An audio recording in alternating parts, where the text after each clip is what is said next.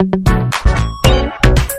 había pedido el día jueves, les recuerdo a los que estuvieron y a los que no, que si podían leer el libro de Ruth, porque el libro de Ruth es un libro que se lee muy fácilmente, es un libro muy cortito, pero a pesar de que es un libro corto, pequeño, en cuanto a extensión literaria se refiere, es un libro muy grande en cuanto a su grandeza espiritual. Encontramos unas lecciones realmente maravillosas, ¿eh? Así que en esta tarde vamos a disfrutar de la exposición de la palabra a través del libro de Ruth y vamos a orar en este momentito para pedir la bendición del Señor. Queremos, como siempre, dar la bienvenida a todos, especialmente a los que probablemente esta tarde estén por primera vez. Yo veo caras nuevas en esta tarde, espero que estén a gusto, que estén cómodos y que podamos disfrutar todos de la palabra del Señor en este momento. Padre Celestial, te damos muchas gracias por este tiempo hermoso de alabanza, de adoración que hemos tenido. Gracias, Padre, por este lugar que tú nos has provisto para alabar y adorar tu nombre. Queremos pedirte en esta tarde que bendigas, Señor, este estudio de tu palabra, que seamos buena tierra donde pueda ser sembrada tu bendita y poderosa palabra. Quita todo obstáculo, todo impedimento, abre nuestra mente, nuestro corazón, nuestro oído espiritual, para que podamos aprender y descubrir las maravillas de tu palabra, Señor. Ponemos delante de ti, pedimos tu bendición, que todo cuanto aquí se haga y se diga sea para tu gloria y tu honra. Gracias también por los hermanos de diferentes naciones que en este momento a través de internet están en sus hogares, en sus países, también escuchando tu palabra. Bendícelos también a ellos y a todos y a cada uno de nosotros. Aquí estamos para aprender de ti. En el nombre de tu amado Hijo Jesús. Amén y amén. Vamos al libro de Ruth, por favor, rápidamente. Ya se han leído unos versículos en esta tarde. Para los que han leído el libro, saben perfectamente que es un libro que está a continuación de la historia de los jueces, lo cual no significa que ya la historia de los jueces pasó al pasado, a la historia, y comienza una etapa nueva, sino que la historia de la familia de Elimelech y su esposa, Noemí, y de sus hijos, se lleva a cabo durante el período de los jueces. La mayoría de los comentaristas dicen que pudo ser, por lo que a continuación les voy a leer, que lo que le ocurrió a Elimelech y a Noemí y a su familia fue probablemente durante el tiempo de Gedeón, el juez llamado Gedeón. Por una sencilla razón, porque dice en el libro de los jueces que durante el tiempo de Gedeón, el pueblo de Israel hizo lo malo ante los ojos del Señor. Y el Señor ya les había dicho muy claramente que una de las cosas que le podían ocurrir en el futuro, que de hecho ocurrió, es que vendría hambre a la tierra. Y curiosamente, si leemos la historia de todos y de cada uno de los jueces, que es una historia de casi 300 años, muy larga, encontramos que en el tiempo, en el periodo de Gedeón, fue cuando hubo hambre. Dice que eran los madianitas, que subían de su país, subían de la parte donde ellos estaban, y dice que subían justamente en el tiempo de la cosecha y arrasaban con todo. Dejaban al pueblo muerto de hambre, el pueblo entró en una crisis económica, la gente tuvo que ir al monte a esconder en cuevas, y es cuando ellos claman al Señor y el Señor levanta a Gedeón. Así que ya nos hemos situado, la historia que vamos a contar esta tarde se llevó a cabo probablemente durante el tiempo del juez llamado Gedeón. Los personajes principales que aparecen en el capítulo 1 ya los conocéis. Elimelech, que es el padre de la familia, cuyo nombre significa mi Dios es rey. Eli, mi Dios, Melech, rey. El nombre de su esposa es Noemí, significa dulce, significa placentera. Tenía 2 hijos. El mayor se llamaba, como dice aquí, versículo 2 de Ruth capítulo 1, Malón y Kelión. Malón significa débil, enfermizo. Probablemente era un joven, un niño que desde pequeñito fue muy enfermito y los padres lo vieron así muy flaquito, muy raquítico y le pusieron este nombre que espero que no se le ocurra ponerle a ninguno de ustedes a sus hijos. ¿Cómo se llama el niño? Enfermito, debilucho. Y el otro no se queda atrás. El otro Kelión significa abatido o consumido. Dicho en términos modernos, el hecho polvo de la familia. ¿Qué familia? Bueno, ellos viven en una pequeña población llamada Bet-Lehem, cuyo nombre significa la casa del pan, en la provincia de Judea, el mismo pueblo donde tiempo más tarde nacería el rey David y donde mucho tiempo después nacería nada más y nada menos que el Mesías, el Señor Jesucristo. Ellos ven que el país está pasando por un momento terrible, diríamos hoy en día de paro, de crisis, de pobreza, de miseria, y deciden irse a vivir al extranjero, concretamente a Moab. ¿Qué país sería hoy en día Moab? Bueno, sería el territorio que ocupa Jordania, ¿vale? Hay muchos lugares desde Israel, estando uno viajando por la carretera de Israel, que lo que separa a Jordania de Israel es simplemente la frontera natural del río Jordán y la frontera natural del Mar Muerto. Si tú estás en Israel y ves perfectamente Jordania enfrente de ti. Bueno, pues a ese país llamado Moab, en aquel momento, es donde Elimelech dice, bueno, vámonos de aquí porque aquí nos vamos a morir de hambre, no hay trabajo, no, hay hambre, hay escasez, y se van a vivir a Moab.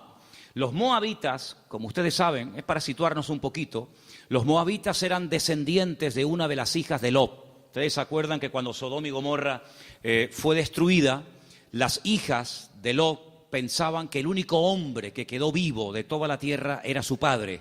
Y entonces ellas deciden emborrachar a su padre, mantienen relaciones con él, y de esa manera pues la raza humana no se extinguiría.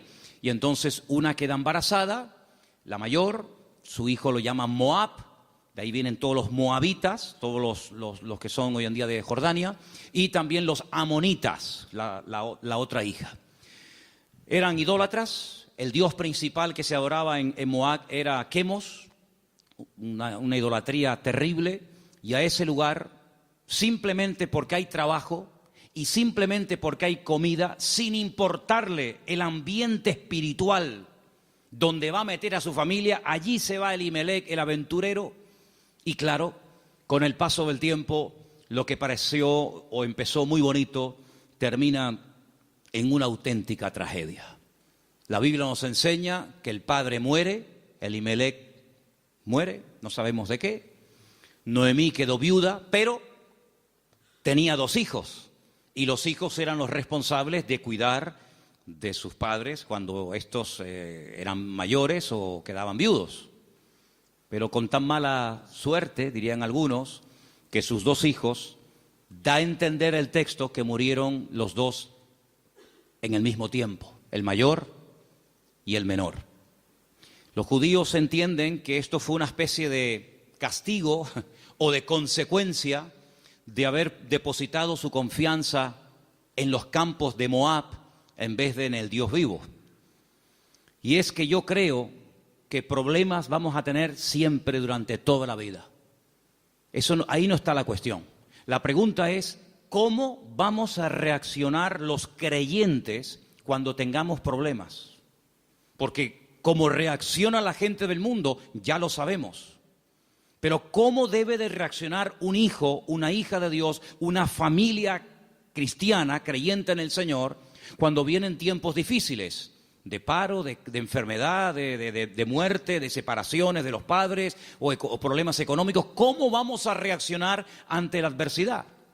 Bueno, no se le ocurrió otra cosa a Elimelech que decir, vámonos de aquí y nos vamos a Moab y empezamos de cero. Bueno, esos eran sus planes, pero dice la Biblia que a veces nuestros pensamientos no son los pensamientos de Dios. Y allí, de la noche a la mañana, hermanos, aquello que empezó tan bonito, terminó siendo una auténtica tragedia. 3 viudas. Orfa, la que se casó con uno de los hijos de Elimelech y Noemí. Ruth, la otra que se casó con otro hijo. Y también Noemí. 3 mujeres solas ante el peligro. En aquella época no había pagas, ni había ayudas del gobierno, ni del Estado para mujeres viudas. Ya el Señor en su palabra, como vamos a ver en esta tarde, había organizado un sistema para ayudar a los más necesitados, a los colectivos más desfavorecidos, como eran las viudas, los huérfanos, también, como no, los extranjeros. Vamos a verlo dentro de un momento. Pero Noemí decide regresar. Ahora, si ustedes han leído detenidamente el libro, se van a dar cuenta que lo más probable es que las propiedades, sobre todo las tierras que eran en su día de Elimelec, él las tuvo que vender o hipotecar para poder marcharse con su familia al extranjero. Eso es algo que ha hecho muchísima gente que han venido de otras naciones. Tal vez en esta tarde hay alguien aquí entre nosotros que dice, pues eso es lo que yo he tenido que hacer. He tenido que hipotecar mi casa o pedir un préstamo a un banco o vender un terreno que yo tenía en Bolivia, en Argentina, en Ecuador, en Brasil o donde fuera para poder venir a España, a Europa y empezar una vida nueva. Evidentemente eso lo tuvieron que hacer ellas, porque después vamos a ver que efectivamente eso fue lo que pasó. Así que ya no tienen propiedades, ya no tiene marido, ya no tiene hijos y ahora no solamente está viuda, sino que ahora ya tiene unos cuantos años encima. Y el presente y el futuro es realmente terrible, terrible.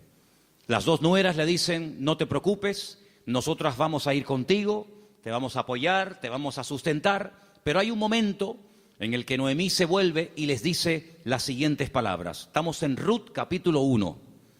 Noemí le dice en el versículo 8 a sus dos nueras, andad, volveos cada uno a la casa de su madre. Que el Señor haga con vosotros misericordia, como la habéis hecho con los muertos, sí, con vuestros maridos y conmigo.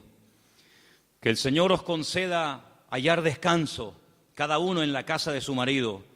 Luego las besó y ellas alzaron la voz y lloraron. Realmente la tristeza, el desánimo, la depresión, la angustia, el miedo se había apoderado de estas tres pobres mujeres. Y ellas le dijeron, versículo 10, ciertamente nosotras, fijaros tan plural, nosotras iremos contigo a tu pueblo. Verso 11, Noemí les respondió y les dijo, volveos, hijas mías, ¿para qué habéis de ir conmigo? ¿Tengo yo más hijos en el vientre que puedan ser vuestros maridos? Volveos, hijas mías, e idos, porque yo ya soy vieja para tener marido. Y aunque dijese, esperanza tengo, y esta noche estuviese con marido, y aún diese a luz hijos, ¿habíais vosotras de esperarlos hasta que fuesen grandes?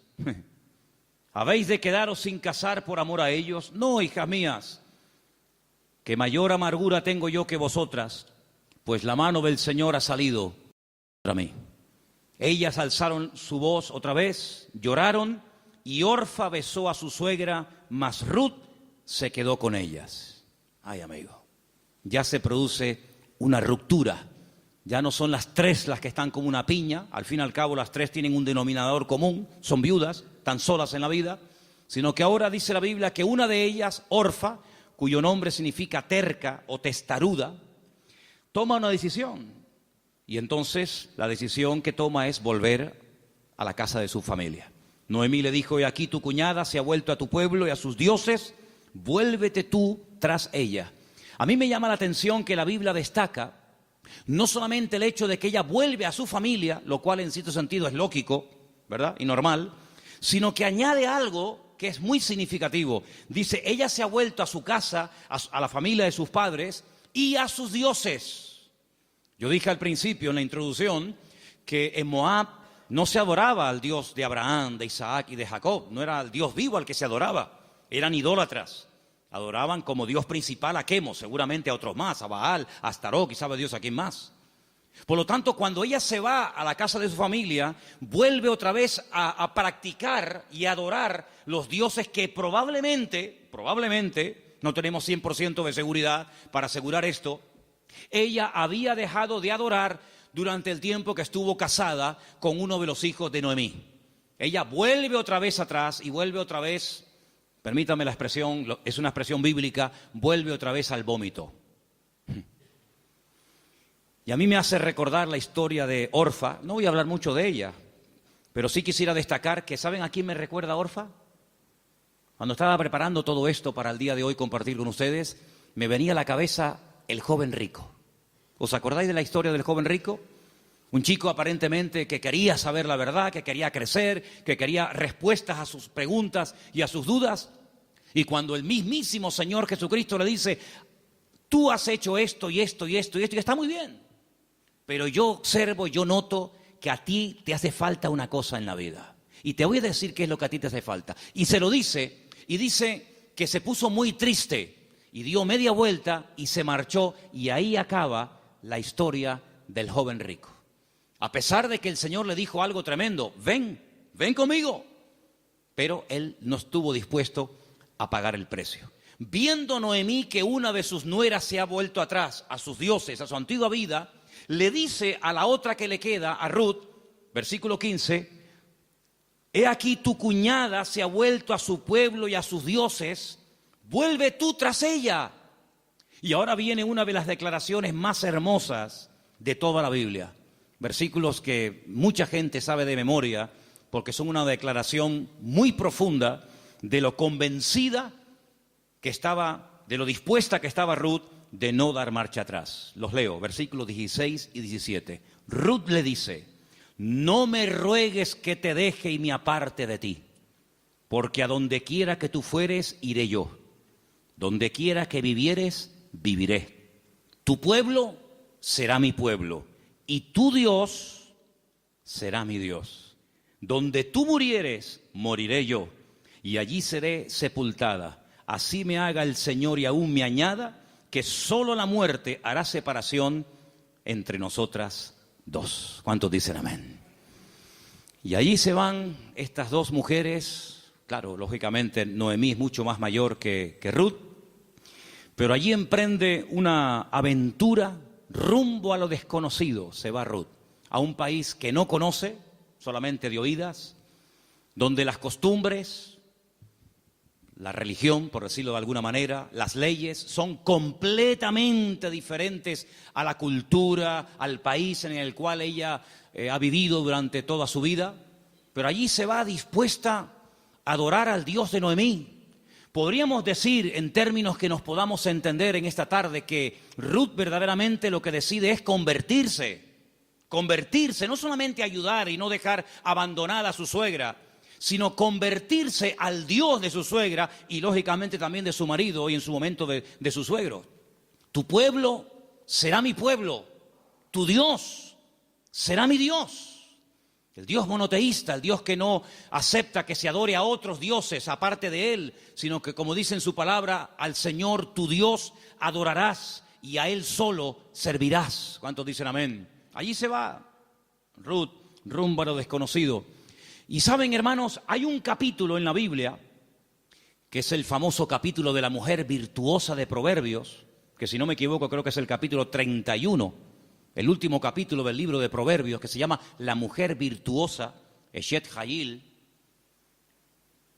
Y Ruth es la única mujer en todo el Antiguo Testamento que recibe el título de Eshet Hayil, que significa mujer virtuosa. Es decir, que cuando leas el capítulo 31 de Proverbios y que te habla de la mujer virtuosa, tú dices, bueno, ¿y quién es una mujer virtuosa? ¿A quién puedo ver como punto de referencia en la historia de la Biblia para saber a lo que se refiere el Señor? Ahí la encuentras en el libro de Ruth. Una mujer sacrificada, trabajadora, fiel, que es capaz de renunciar a todo a cambio de nada, aparentemente. Una mujer que incluso está dispuesta a morir en tierra ajena. Y fíjate que me llamó la atención que José, que estaba muriendo fuera de su tierra, estaba muriendo en Egipto, antes de morir dice que él dio orden de que, como él sabía y anticipa proféticamente la liberación de la esclavitud de Egipto, él da orden para que sus huesos se los lleven con ellos cuando salgan milagrosamente de Egipto. Y dice la Biblia que lo hicieron así, y durante 40 años, hermanos, los israelitas estuvieron dando vueltas y vueltas en el desierto, cargando los huesos de José hasta que llegan a Canaán y logran darle una digna sepultura.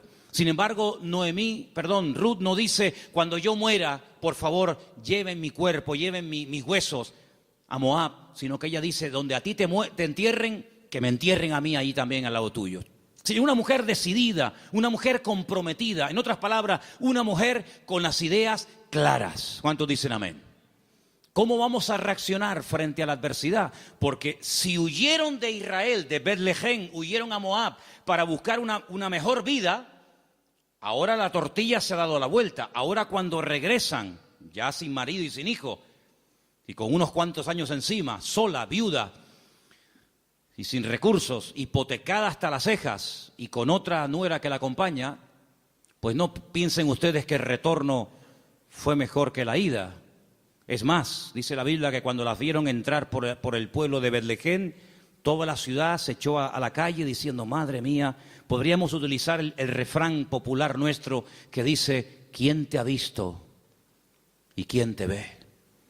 La mujer salió, o las mujeres salían al encuentro a saludarla y le decían, Noemí, Noemí, tantos años sin saber de ti, vienes sin marido, vienes sin hijo, vienes enferma, golpeada, herida por la vida. Y ella decía, no, por favor, no me llaméis nunca más, no me llaméis más Noemí, porque yo no tengo placer, no tengo contentamiento, ya no me alegra, ya no me llena nada en la vida. Por favor, llamadme Mará, Mará, que significa mujer amargada o afligida.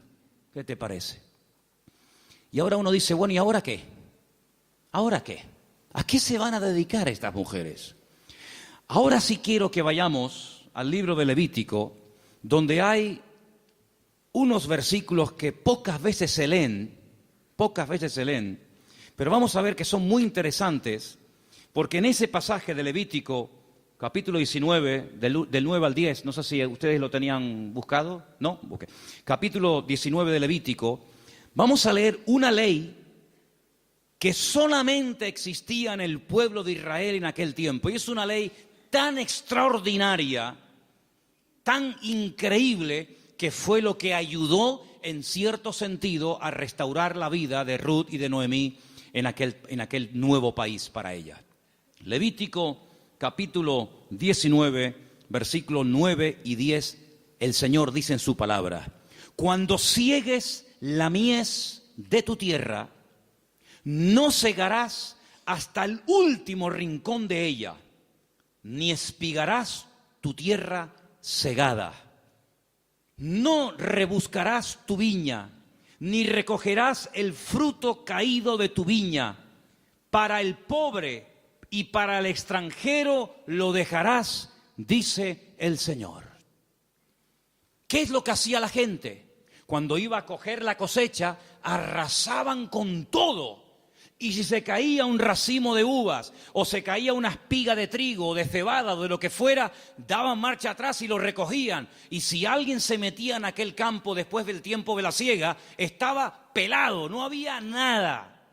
Sin embargo, el Señor dice, ustedes van a ser diferentes. Esto es una ley donde el Señor muestra su amor y su compasión por el pobre, por el huérfano, por la viuda, por el extranjero, por el que no tiene prácticamente ningún recurso para buscarse la vida, como el caso de Ruth y de Noemí. Ustedes cuando vayan a segar, no sean avariciosos, no quieran acapararlo todo. Oye, si se cae una espiga, déjala. Si hay un rinconcito que no quieres, digamos, cosecharlo, meter la hoz, déjalo ahí en un rinconcito, para que cuando ustedes terminen, pues puedan entrar los que no tienen tierra, los que no tienen trabajo, las viudas, los extranjeros, los pobres, los huérfanos, y puedan de alguna manera conseguir algo para llevarse a la boca. Y eso es lo que utiliza Ruth. Como ella sabe, evidentemente por los labios y por la influencia buena de Noemí sobre ella, le dice, vete a espigar, vete hoy a buscar la vida. Noemí, ¿a dónde va a ir la pobre? Si la pobre ya está vieja, está enferma, está cansada, está desanimada, pero allí se va Ruth. Y si ustedes han leído el libro, dice que se va antes de la salida del sol y cuando llega la noche aún está espigando en el campo. Es increíble. Ella podía haber recogido menos, pero ella está recogiendo para ella y también para su suegra Noemí. Y hay un momento en el que la invitan a comer. El dueño del terreno, un tal Booz, del cual hablaremos ahora, dice, ¿esta mujer quién es? Dice, esta es la nuera de Noemí, lleva todo el día trabajando. Dice, denle de beber agua. Y cuando llega la hora del almuerzo, cuando llega la hora de la comida, la Biblia dice que la invitan a comer. Y ella dice que comió hasta saciarse, pero hay un momento en el que le sobra comida y en vez de tirarla a la basura, como la mayoría de la gente hace cuando le sobra comida, dice que ella la guarda. Y cuando llega a la noche a la casa de Noemí, dice que le enseña un efa. Un efa son 35 kilos. en este caso de cebada, y dice, mira, esto es lo que yo hoy he espigado, después lo he tenido que desgranar para hacer la harina, y no solamente eso, sino que te traigo la comida que me sobró al mediodía, te la traigo para que tú comas. Cuando le pregunta a la suegra, ¿en qué campo tú has estado hoy? ¿Dónde has trabajado? Y le dice, he trabajado en el campo de un tal Booz y me ha tratado muy bien. Le ha dado orden a sus criados, a los jornaleros, de que no se metan conmigo, de que no se rían de mí, de que me traten bien, de que no me hagan pasar vergüenza. Y le dice Noemí, pues si en ese lugar te ha ido bien, sigue ahí. Eso me llama mucho la atención. Dice, no cambies de campo. Si en un sitio te ha ido bien, ¿para qué ir a otro sitio? Ayer estábamos en el sur y hablando con un señor venezolano que ha montado un negocio, me dijo una frase que yo en mi vida había oído y nos gustó mucho y nos impactó. Y dijo, nunca vuelvas al lugar donde un día fuiste feliz.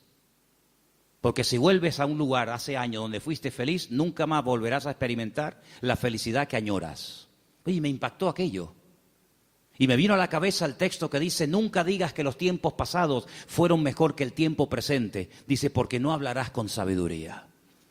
Pero Noemí se da cuenta de que hay un hombre que se llama Booz y resulta que se da cuenta la viuda Noemí de que ese tal Booz, cuyo nombre significa mi fortaleza, resulta que es Goel. Ahora hablaremos de esta palabra que es una palabra de vital importancia en la Biblia. Apréndanse esa palabra. Viene del verbo Gaal. El verbo Gaal en hebreo significa libertar. Goel es la palabra que se traduce al castellano por la palabra redentor. Ahora vamos a ver lo importante que era la figura del Goel, porque en cierto sentido vamos a ver que Booz es un tipo de Cristo. Fíjense qué importancia tiene esto. Resulta que había una ley, que vamos a leerla, hemos leído la ley de la siembra, de dejar trozos para los pobres, para las viudas, pero en Deuteronomio capítulo 25 hay una ley muy interesante que yo no sé, si la tuviéramos que poner en práctica nosotros hoy en día, si estaríamos dispuestos a cumplir con esto.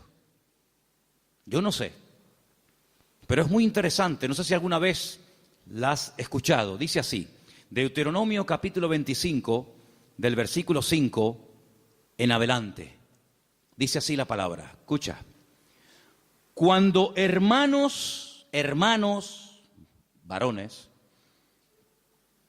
habitaren juntos y muriere uno de ellos, como el caso de Malón y Kelión, que eran hermanos que vivían juntos, si muere uno de ellos y no tuviere hijos, la mujer del muerto no se casará con hombre extraño.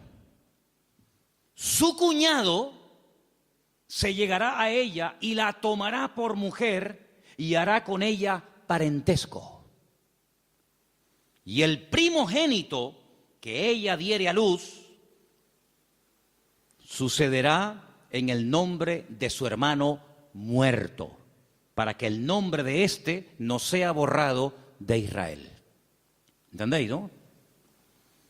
Si el hombre no quisiere tomar a su cuñada, irá entonces su cuñada a la puerta, a los ancianos, y dirá, mi cuñado no quiere suscitar nombre en Israel a su hermano, y no quiere emparentar conmigo. Entonces los ancianos de aquella ciudad lo harán venir, hablarán con él, y si él se levantare y dijere, no quiero tomarla, se acercará entonces su cuñada delante de los ancianos, le quitará el calzado del pie, le escupirá en el rostro y le hablará y le dirá, así será hecho al varón que no quiere edificar casa a su hermano. Y se le dará este nombre en Israel, la casa del descalzado. Qué ley tan extraña, ¿no? Dos hermanos y uno de ellos muere sin haber tenido hijos, y para que no se olvide o para que no se quede su nombre borrado en la historia, el hermano vivo, que es el Goel, el Redentor, tenía que casarse con la viuda, y el primer hijo que naciera de esa relación es como si fuera hijo del hermano difunto, para que de esa manera se perpetuara su nombre y para que de esa manera las herencias y las tierras no se diluyeran en el espacio y en el tiempo. Y esto es lo que le ocurre a Ruth. Ruth resulta que se casó con un judío, con un hombre de Belén de Judea, pero ella no tuvo hijos con él. Su hermano, es decir, su cuñado, también murió. Por lo tanto, no hay posibilidad de redimirla.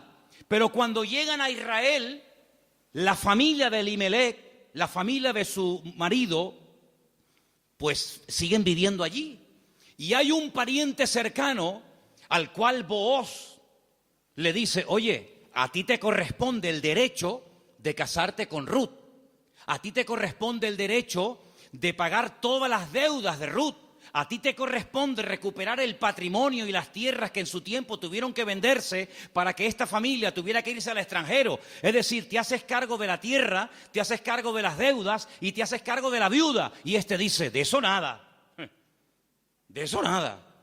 Pagar yo deudas que no son mías y casarme yo con una mujer que a mí ni me va ni me viene. Y Booz dice: muy bien, vamos a ir delante de 10 ancianos, vamos a ir delante de un minián, delante de 10 hombres judíos, y tú vas a decir eso delante de ellos, que no quieres redimir a Ruth, que no quieres hacerte cargo de sus deudas, de sus hipotecas y de la viuda, y lo vas a decir delante de testigos. Y lo dice. Y entonces es cuando entra en escena Booz y le dice a Ruth: hija, tú no te preocupes. Ahora, la diferencia de edad de Ruth y de Booz tenía que ser inmensa. Algunos comentaristas dicen que ese pariente que rehusó casarse con Ruth probablemente era un hermano de su suegro, de Elimelech. Y algunos comentaristas también he oído que opinan que Booz puede ser que también estuviera emparentado con su suegro, de tal manera que ya era un señor mayor, una persona ya de cierta edad, había una diferencia de edad tremenda. Pero él asume la responsabilidad, no solamente de casarse con la viuda, sino de pagar la hipoteca y las deudas que la familia dejó y que hay que volver a recuperar las tierras. Lógicamente todo eso costaba dinero. Solamente había dos posibilidades de que en Israel una persona que se desprendiera de patrimonio pudiera volver a recuperarlo. Solamente había dos formas. Una, que llegara el año de jubileo. ¿El año de jubileo qué era? Era una celebración, una fiesta que se llevaba a cabo cada 50 años. A los 50 años las deudas quedaban anuladas. De ahí viene una parte del famoso Padre Nuestro. Padre Nuestro, perdona nuestras deudas como nosotros también perdonamos a nuestros deudores. Está inspirado un poco en el año de jubileo. Los que eran esclavos se les daba la libertad. Si alguno no quisiera, había todo un proceso para poder volver a retenerlo. Y si alguien había tenido que vender por cuestiones económicas, por necesidad, una propiedad, un terreno, cuando llegaba el año de jubileo, repito, cada 50 años, bueno, todo volvía otra vez a sus dueños originales. ¿Para qué esta ley? Para recordarle al pueblo de Israel que la usura, el querer cada vez tener más y más y más y más y más, a cambio de las desgracias ajenas, eso no se podía dar en el pueblo de Israel. Cada 50 años se empezaba de cero. Nadie le debe nada a nadie. Los ricos no iban a ser cada vez más ricos y los pobres cada vez iban a ser más pobres. De esa manera era una ley justa, una ley donde se le daba oportunidad al que se había endeudado y jamás iba a poder pagar las deudas. Fíjate qué terrible la ley de los desahucios en España. 600.000 familias, 600.000 familias, multiplica por 3 o 4 miembros cada familia, estamos hablando ya de millones de personas, tuvieron que dejar la casa que no podían pagar, los padres en algunos trancarle la nómina y un alto porcentaje se lo quitaron, es decir, un sistema faraónico donde te ofrecían todo los bancos a cambio de nada, y te llamaban y te ofrecían todo llamándote a tu casa, y una vez que te tienen en su territorio, te aprieta el nudo, amigo, y de aquí no sales nunca.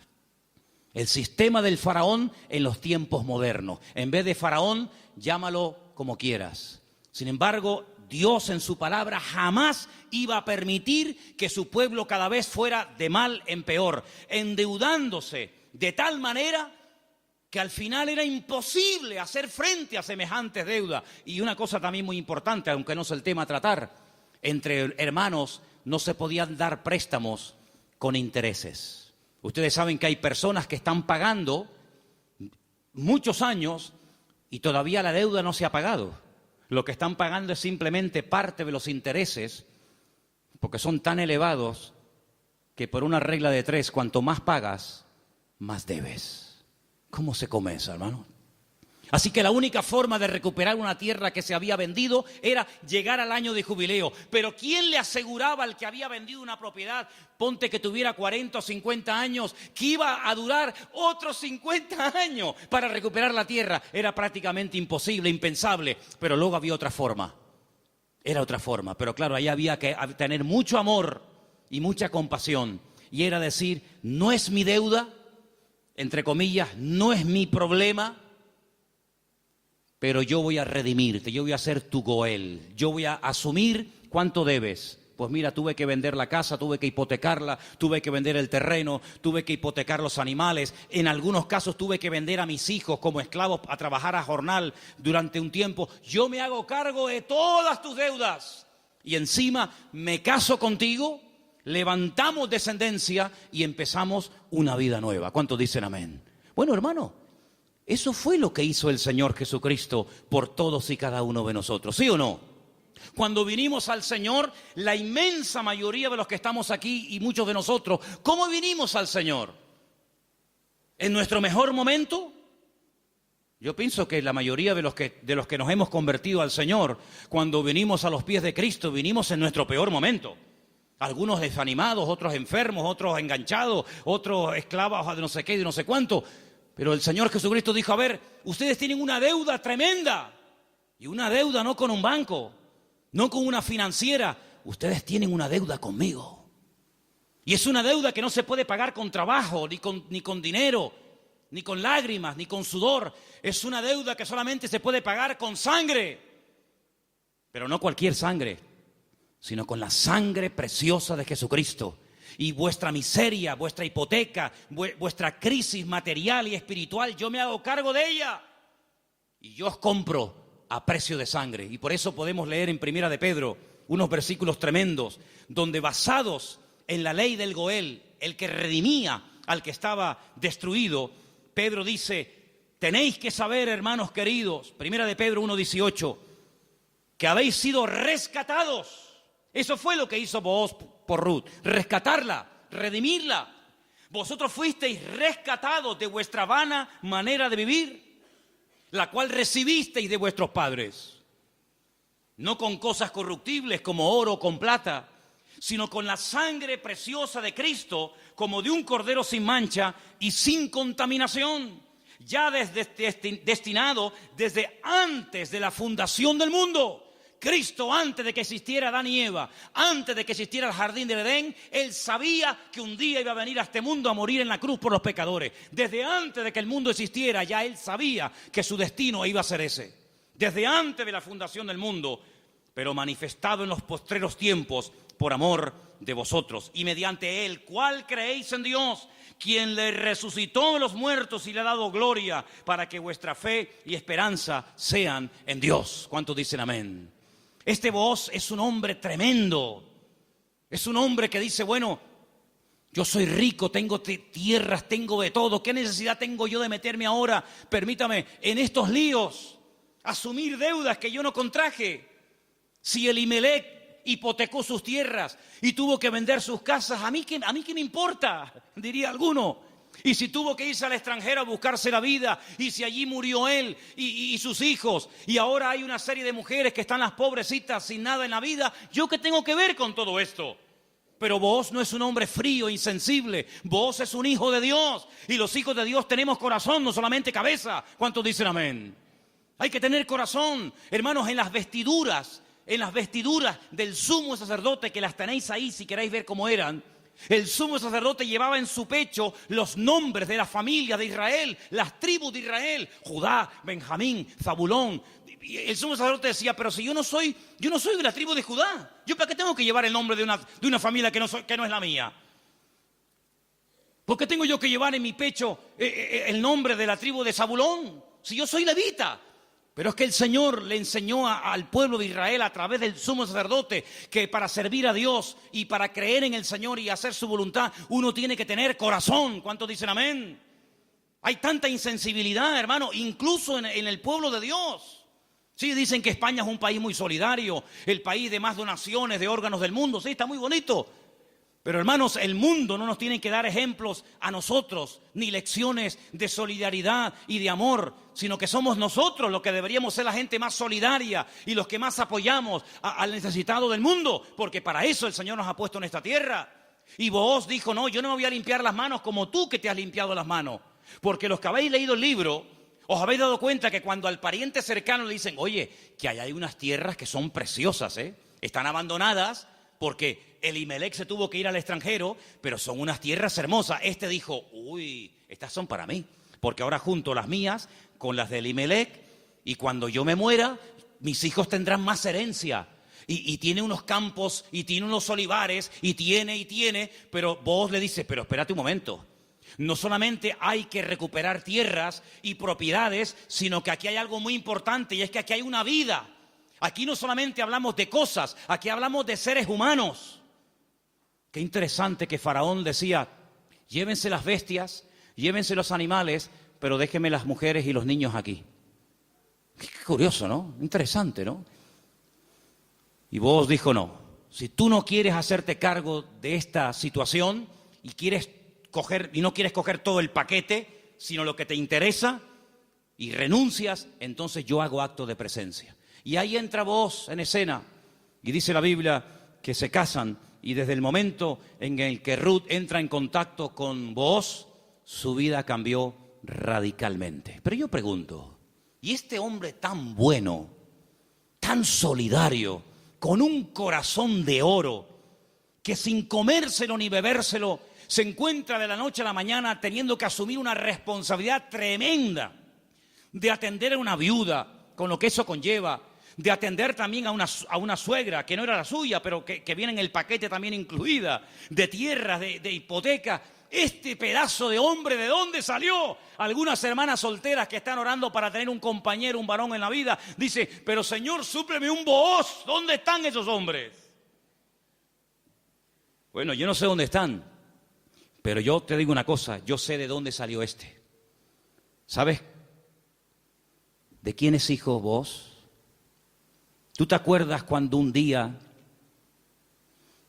el general Josué le dice a dos de sus soldados, vamos a entrar a Canaán, cosa que Moisés no logró hacer? A nosotros nos corresponde ahora entrar y tomar posesión de la tierra. Pero antes de entrar, vamos a hacer algo. Voy a mandar a 2 espías, no exploradores como los que mandó Moisés, que fueron unos inútiles, sino 2 espías, 2 hombres que entren secretamente y cuando vengan nos digan qué estrategia tenemos que emplear para atacar este pedazo de ciudad con doble muro, cerrada, imposible de conquistar. Y ahí se van estos 2 hombres. Y van y se quedan en una casa de prostitución. Y algunos dirán, ¿y cómo 2 hombres del pueblo de Israel se van a semejante lugar? Bueno, no es que fueron a pecar, sino que era el lugar donde 2 extranjeros pasarían desapercibidos perfectamente, porque por allí entraban y salían muchos. Y allí contactaron con la dueña de aquel negocio, por llamarlo de alguna manera, y la dueña una noche en una habitación les dice, yo sé quiénes son ustedes, yo sé de qué país sois, yo sé que vosotros sois israelitas, y yo he oído lo que vuestro Dios ha hecho por vosotros. Yo he oído que ustedes salieron de un país llamado Egipto y cuando llegaron a la frontera natural del Mar Rojo que no podían avanzar y el faraón venía detrás, ustedes clamaron al Señor y el Señor les abrió el Mar Rojo y ustedes pasaron por en medio de él. Y cuando el faraón intentó meterse, el Señor cerró las aguas y murieron los ejércitos del faraón. Y ustedes entraron por el desierto y hemos oído lo que el Señor ha hecho por vosotros. Y por eso la ciudad está muerta de miedo y ha desfallecido nuestro corazón. Yo suplico, yo ruego por amor de vuestro Dios, que cuando entréis y toméis posesión de la tierra, porque sabemos, y dice así, sabemos que Jericó va a ser tomada y conquistada por vosotros, que tengáis misericordia de mí y de mi familia. Y estos hombres se quedan sorprendidos porque esta mujer está contando las noticias de hace 40 años. ¿Tú te acuerdas de lo que leíste en el periódico hace 40 años? Bueno, algunos dirán, pero si yo no tengo más que 25. ¿Pero alguien se acuerda aquí de lo que leyó en un periódico hace 40 años? Ella lo tenía fresco en su mente. Vienen a por nosotros, nuestros días están contados. Esta tierra no nos pertenece. Vienen los hijos de Dios, viene el Dios de Abraham, de Isaac y de Jacob. Tengo que tomar medidas preventivas, tengo que salvar mi vida y la de mi familia. Y los espías le dicen, vamos a hacer algo. Si tú no te chivas, si tú no dices que hemos estado aquí, si tú no vas ahora con el cuento al capitán de la guardia o al rey de Jericó, sino que tú mantienes el secreto. Y el día que nosotros entremos en la ciudad, tú estás dentro de la casa con toda la familia que quiere ser salva, nosotros te protegeremos a ti y a toda tu familia. Y como va a ser esto algo tremendo, porque aquí va a haber una conmoción, un terremoto, esto va a ser un cataclismo terrible, y una ciudad tan enorme, para saber diferenciarla de tantas casas, coge este trapo de color rojo, lo amarras ahí por fuera de la ventana. Yo le diré a los soldados cuando entren a tomar posesión de Jericó, que donde hay un trapo rojo colgado ahí en la ventana, ahí no entren, que esa es la casa de Rahab, la ramera. Y dice la Biblia que ella vivía entre un trozo del muro y el otro, entre muro y muro. Toda la ciudad cayó. No cayeron los muros de Jericó, hermano, ¿sí o no? Cayeron los muros de Jericó, pero la casa de Rahab no cayó. Pero no estaba en el muro. Pero el que confía en el Señor verá cómo caen a su lado 1000 y 10.000 a su día. Mas a ti no llegará, dice la Biblia. Toda la ciudad cayó, hermano, como añicos. Pero la casa de Rahab se quedó ahí. Y ella se va a vivir con su familia al pueblo de Israel. Y se casa, dice la tradición, con uno de aquellos espías que se llamaba Salmón. No es que se casó con un pescado. Se casó con un señor que se llamaba Salmón.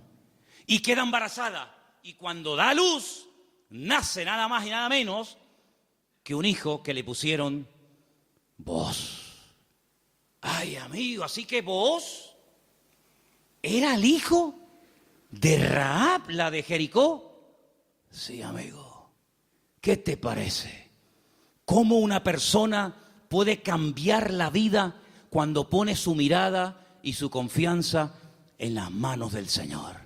De ser una mujer como era en Jericó, a lo que llegó a ser cuando lees el árbol genealógico, los antepasados de Cristo, en Mateo capítulo 1, te encuentras que en el árbol genealógico de nuestro Señor Jesucristo aparece nada más y nada menos que Rahab, aquella mujer salvada milagrosamente de la destrucción de la ciudad de Jericó.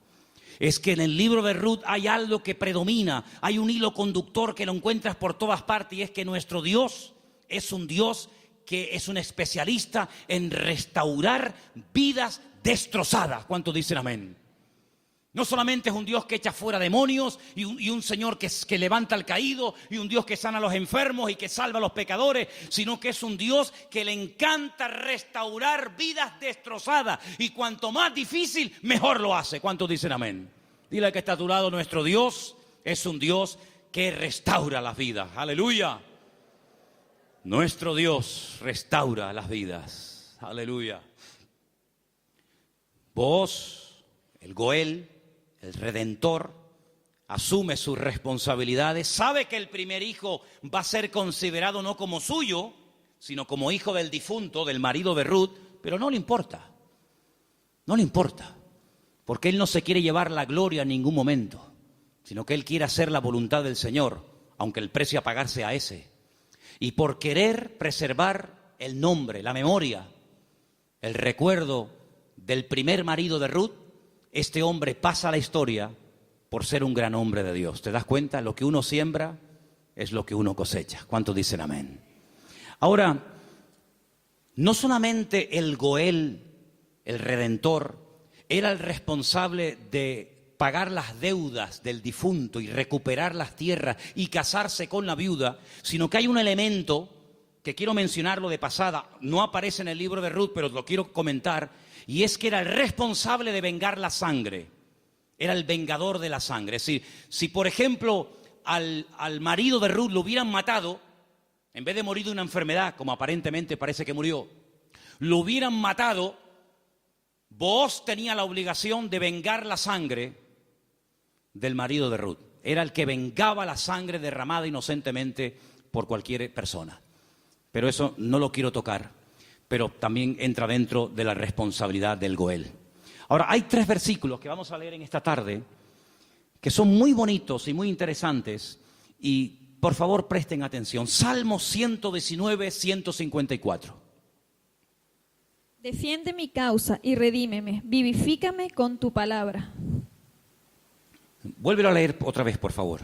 Defiende mi causa y redímeme, vivifícame con tu palabra. La figura del Redentor, la figura del Goel, estaba tan impregnada en la cultura judía, en la cultura bíblica, que los salmistas, los que escriben salmos y otras porciones de la Biblia, conociendo la importancia de este personaje tan trascendental para poder restaurar vidas destruidas, se inspiran en esa figura, y entonces el salmista, que seguramente es el autor del Salmo 119, el rey David, dice: redímeme, sé tú mi Goel. Fíjate qué importante era la figura del Goel en aquellos tiempos. Proverbios 23:11, por favor. Porque el defensor de ellos es el fuerte, el cual juzgará la causa de ellos contra ti. Ahí está, el Señor haciendo las veces del fuerte, del protector, del que cuida, del que redime, del que ayuda a levantar al que ha tropezado y caído. Realmente es algo realmente extraordinario. Y el último texto, Isaías 41:14. No temas, gusano de Jacob, oh vosotros los pocos de Israel, yo soy tu socorro, dice Jehová, el Santo de Israel es tu Redentor. Amén. El Santo de Israel es tu Goel, es tu Redentor. Él es el que se va a encargar. Ahora, hermano, déjeme que les diga algo. El Goel, el Redentor, ¿de qué se hacía cargo? ¿Solamente de la viuda? ¿Solamente de las deudas? Se hacía cargo de todo. El primero renunció porque quería parte de la tierra, pero no quería asumir la responsabilidad de casarse con la viuda. Booz dice: no, todo o nada. Las deudas, las hipotecas, lo que se perdió, y también de la viuda. Y hermanos, el Señor Jesucristo, cuando ha venido a nuestra vida, ¿de qué se ha hecho cargo? ¿De perdonar solamente nuestros pecados? Bueno, gloria a Dios, si solamente hubiera hecho eso el Señor, perdonar nuestros pecados y prometernos la vida eterna, bueno, gloria a Dios. Pero es que hay mucho más que eso. Es que con la salvación, con la conversión, no solamente va incluido el perdón de mis pecados, sino la protección física y espiritual de mi vida. Y Él ha prometido suplir todas mis necesidades. ¿Por qué? Porque es mi Redentor, porque es mi Goel. ¿Quién iba ahora a darle comida y vestido y atender y cuidar y mimar y amar a Ruth? Pues tú, que para eso te has casado con ella, el Goel, el Redentor. Bueno, pues eso es lo que el Señor ha hecho con nosotros. En ciertos sentidos, como que se ha casado Dios con su pueblo. A su pueblo le llama su cuerpo. Ese cuerpo tiene una cabeza que es Cristo. Y Él es el que se encarga de todos y de cada uno de los detalles de nuestra vida. Entonces, yo no entiendo cuando hay creyentes que tienen una fe muy grande para una cosa y luego para otro dudan. Pero que el Señor se ha hecho cargo y ha comprado todo. Tus deudas, tus enfermedades, tus desánimos, tus miedos, tus angustias, tus complejos, tu pecado, todo lo ha comprado el Señor. Y Él va a hacer una obra total y completa en la vida de todos y de cada uno de nosotros. ¿Cuántos dicen amén? Hermanos, en el capítulo 3 del libro de Ruth, en el versículo 1, me llamó la atención leyendo. Yo estuve leyendo en hebreo todo el libro y hay palabras que aparecen que son muy, muy interesantes. Pero hay una que particularmente me llamó la atención. En el versículo 1 dice: después le dijo su suegra Noemí: hija mía, ¿no te he de buscar hogar para ti, para que te vaya bien?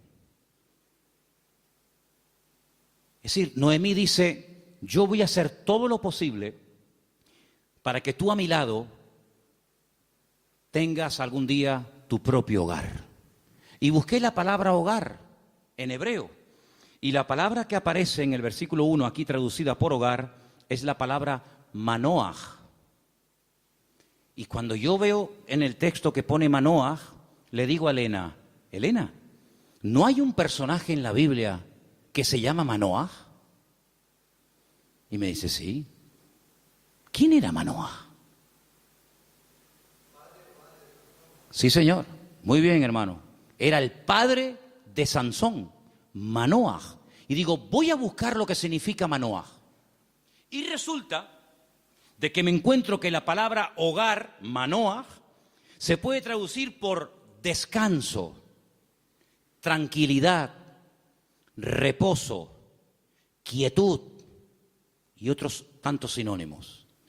Y me pongo a buscar versículos en la Biblia, solamente vamos a leer 2. Me pongo a buscar versículos en la Biblia donde aparece la palabra Manoaj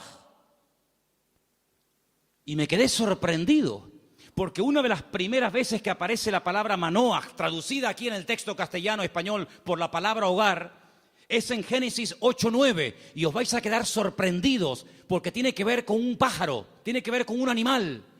¿Lo tenéis? Génesis capítulo 8, versículo 9, y dice así. ¿Lo tienen, chicas? ¿Sí? Vamos. Y no halló la paloma donde sentar la planta de su pie, y volvió a él al arca, porque las aguas estaban aún sobre la faz de la tierra. Entonces él extendió su mano y tomándola, la hizo entrar consigo en el arca. Noé no podía consultar el parte meteorológico, no tenía ordenador dentro del arca, no tenía WhatsApp y decir: oye, por ahí donde tú vives. Bueno, es que no podía decir eso, porque es que no había nadie con vida fuera del arca. ¿Y cómo consulto? ¿Cómo me atrevo yo a abrir la puerta del arca y si se me entra el agua adentro? Llevaba un año dentro de aquel barco. ¿Salgo o no salgo? Es que antes de salir hay que tomar medidas preventivas. No te tires a la piscina si no hay agua. No, hermano, eso es fe. No, eso es locura. Eso no es fe. Usted va a la piscina y está vacía. Pero dice: hermano, el justo por la fe vivirá. Y yo le diría: descanse en paz, hermano. ¡Pum! Ahí se quedó el hermano. Uy, le falló la fe. No, le falló la cabeza. Eso no es fe. Eso es un disparate. La fe no es locura. La fe es certeza, es convicción. No es disparate, ni locura, ni emoción, ni sentimiento. Es seguridad de que lo que voy a hacer, mi Dios me ha dicho que lo haga. Ahora, una cosa es que el Señor me diga: tírate a la piscina, pero no hay agua. Si tú me lo dices, yo me tiro. Pero si tú no me lo dices, yo no me tiro ni loco. ¿Cuántos dicen amén? Muy bien. Noé dice: la única forma de comprobar es mandando una paloma. Y dice que abrió la ventana, la única ventana que había en el arca, suelta la paloma, y dice que la paloma no halló lugar donde reposar. Claro, estaba todo anegado en agua, todavía no había bajado el nivel de las aguas, y ahí aparece la palabra Manoaj. No había reposo, no había un lugar donde poder decir: bueno, aquí me quedo, y aquí crío mis polluelos, y aquí me hago mi palomar, y no sé qué, no sé cuánto. No había. ¿Por qué? Porque las circunstancias todavía no estaban preparadas para salir del arca. Y otro versículo muy conocido, que ustedes se lo saben de memoria, donde aparece la palabra Manoaj, es en el Salmo 23, versículo 2. Leamos, si queréis, el 1 y el 2. Salmo 23, 1 y 2. Que se lo saben de memoria, ¿sí o no? Que dice... ¿Vamos? Dale. Jehová es mi pastor, nada me faltará. En lugares de delicados pastos me hará descansar. Junto a aguas de reposo me pastoreará. Junto a aguas de reposo. Allí donde hay calma, donde hay quietud, allí me pastoreará el Señor. Una de las características del Señor es que lo que hace el Señor trae al corazón reposo, tranquilidad, paz. ¿Cuántos dicen amén? Donde hay paz está el Señor. Donde no hay paz, dudo mucho de que el Señor esté. El apóstol Pablo le decía a los corintios: lo que yo les he enseñado es para poner orden en la iglesia, porque esto me lo dijo el Señor que compartiera. Porque en nuestras iglesias lo que caracteriza a nuestras congregaciones es el orden. Pero si alguien quiere ser contencioso, allá él. Por lo tanto, hermanos, lo que Noemí le está diciendo a su nuera, Ruth, es que el anhelo de su corazón es que Ruth logre tener algún día un reposo, que logre tener un sitio de tranquilidad donde sea feliz. Y por eso se traduce por la palabra hogar. Y yo pregunto una cosa: ¿y tu hogar cómo está esta noche? ¿Tu hogar es un lugar de reposo? ¿Tu hogar es un lugar de calma y de quietud y de paz? Porque si no lo es, la culpa no la tiene Pedro Sánchez, que dimitió ayer. ¿O también se la vamos a echar a él? La culpa no es de la izquierda ni de la derecha. Cuando no hay shalom bay, como dicen los judíos, cuando no hay paz en el hogar, ¿quién tiene la culpa? La cabeza. Así que la responsabilidad principal del hombre en el hogar es traer paz al hogar. Y si no la hay, ya sabes lo que tienes que hacer. Entra en tu aposento y tu Padre que te ve en lo secreto te recompensará en público. Si no tienes recompensa en público, es porque hace mucho tiempo que no estás en lo secreto, en lo escondido con Dios. ¿Cómo reaccionamos ante la adversidad? Es el título del mensaje de hoy. ¿Cómo reaccionamos cuando algo va mal? Siempre tenemos la tendencia de echarle la culpa a algo o a alguien. Si no es el pastor, es la mujer del pastor. Si no es la derecha, es la izquierda. Si no es el frío, es el calor. Si no es el que se fue, es el que se quedó. Siempre buscamos un chivo expiatorio al que echarle la culpa. Noemí, hay un momento cuando ella regresa del extranjero que le dice a la población de Betlehem: no me llaméis Noemí, porque la mano del Señor se ha vuelto contra mí. La mano del Señor no está contra ninguno de sus hijos. Simplemente que hay un trato, hay circunstancias, hay situaciones en la vida por las cuales tendremos que pasar, nos guste o no. Pero no tenemos que tener ningún temor, porque lo que permita el Señor en nuestra vida, todo absolutamente está bajo la mano y el control de nuestro Dios. ¿Cuántos dicen amén? Y eso fue lo que consiguió Ruth. Un hogar de paz, de quietud y de calma. Y quiero terminar leyendo unos versículos del libro de Ruth, capítulo 4, versículo 11, que fue la bendición que pronunciaron, la bendición que le dieron a los que se casaban ese día, a Ruth y a Booz. Capítulo 4, versículo 11. Dijeron los que estaban allí congregados, los testigos, todos los que estaban en el pueblo, desde el pueblo a la puerta con los ancianos, dijeron: testigos somos. El Señor haga a la mujer que entra en tu casa como a Raquel y como a Lea, las cuales edificaron casa de Israel, y tú seas ilustre en Efrata y seas de renombre en Belén, y sea tu casa como la casa de Fares, el que Tamar dio a luz a Judá, por la descendencia que de esta joven te dé el Señor. Y Booz tomó a Ruth, y ella fue su mujer, y se llegó a ella, y el Señor le dio que concibiese y diese a luz un hijo. Y hermanos, los últimos versículos del libro de Ruth dicen así, el verso 21, Salmón, el papá de Booz, es decir, el suegro de Ruth, engendró a Booz. Booz engendró a Obed, que significa servidor, el que sirve al Señor. Qué bonito, ¿eh? Obed engendró a Isaí, e Isaí engendró a David. Luego, si no me equivoco, Ruth fue bisabuela, ¿sí?, del rey David. ¡Qué cambio, hermanos! ¡Qué cambio! ¿Cómo empieza el libro? Una familia destruida, una familia que no sabe a dónde disparar, que no sabe a dónde irse. Miseria, hambre, he tenido que hipotecar la casa, he tenido que vender los terrenos, sin nada. a la aventura, ¡ala! Nos vamos a Moab. Y sin tener en cuenta que el Señor prohibía categóricamente la unión entre el pueblo de Israel y otras razas, resulta que sus hijos, hombre, claro, ¿con quién se casaron Kelión y Maleón?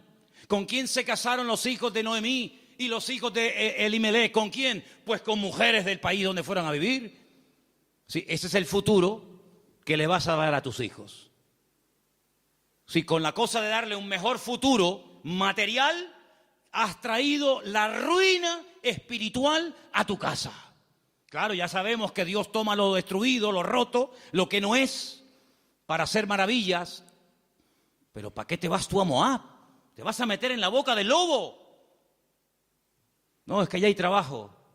¿Y tus hijos? ¿De quién se van a enamorar? ¿Con quién se van a casar? Con mujeres idólatras.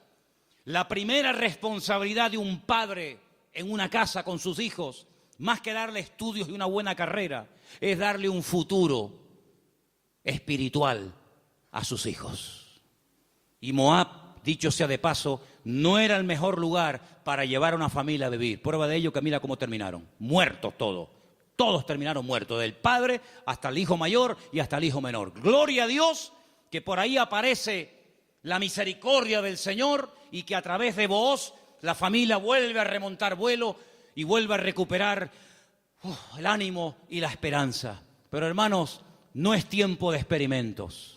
No es tiempo de será por aquí, será por allá, será esto. Vamos a descubrir los principios establecidos por el Señor en su palabra. La vida de un cristiano no es un laboratorio donde hacemos experimentos. Será esta, será aquella, será fulano, será mengano. Vamos a orar seriamente al Señor. Encomienda al Señor tu camino. Confía en Él y Él hará. Aleluya. Y no te impacientes por motivo del que prospera en su camino, porque pronto serán cortados y como la hierba verde se secarán, dice la palabra. En otras palabras, aprendamos a esperar en Dios. Mira, consiguió más, mucho más, en poco tiempo Ruth y Noemí en la tierra donde el Señor estaba, que todos los años que Elimelech se pegó en el extranjero, que no le sirvieron absolutamente para nada.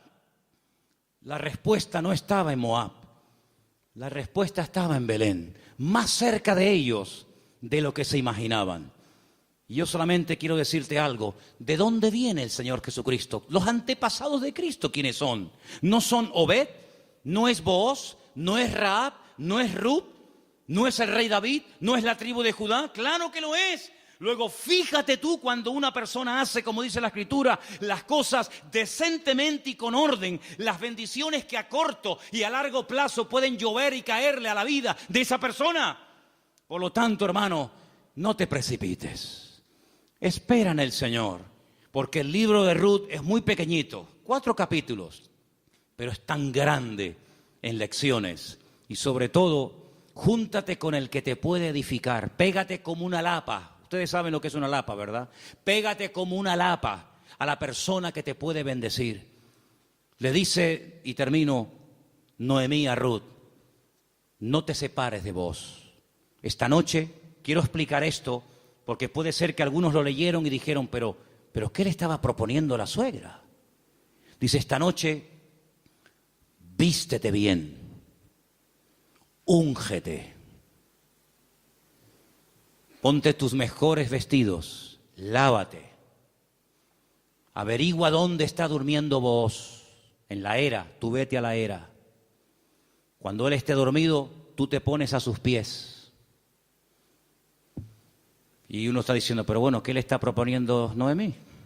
Era la forma de la época de recordarle al Goel, oye, hey, que estoy aquí, por si no te has dado cuenta.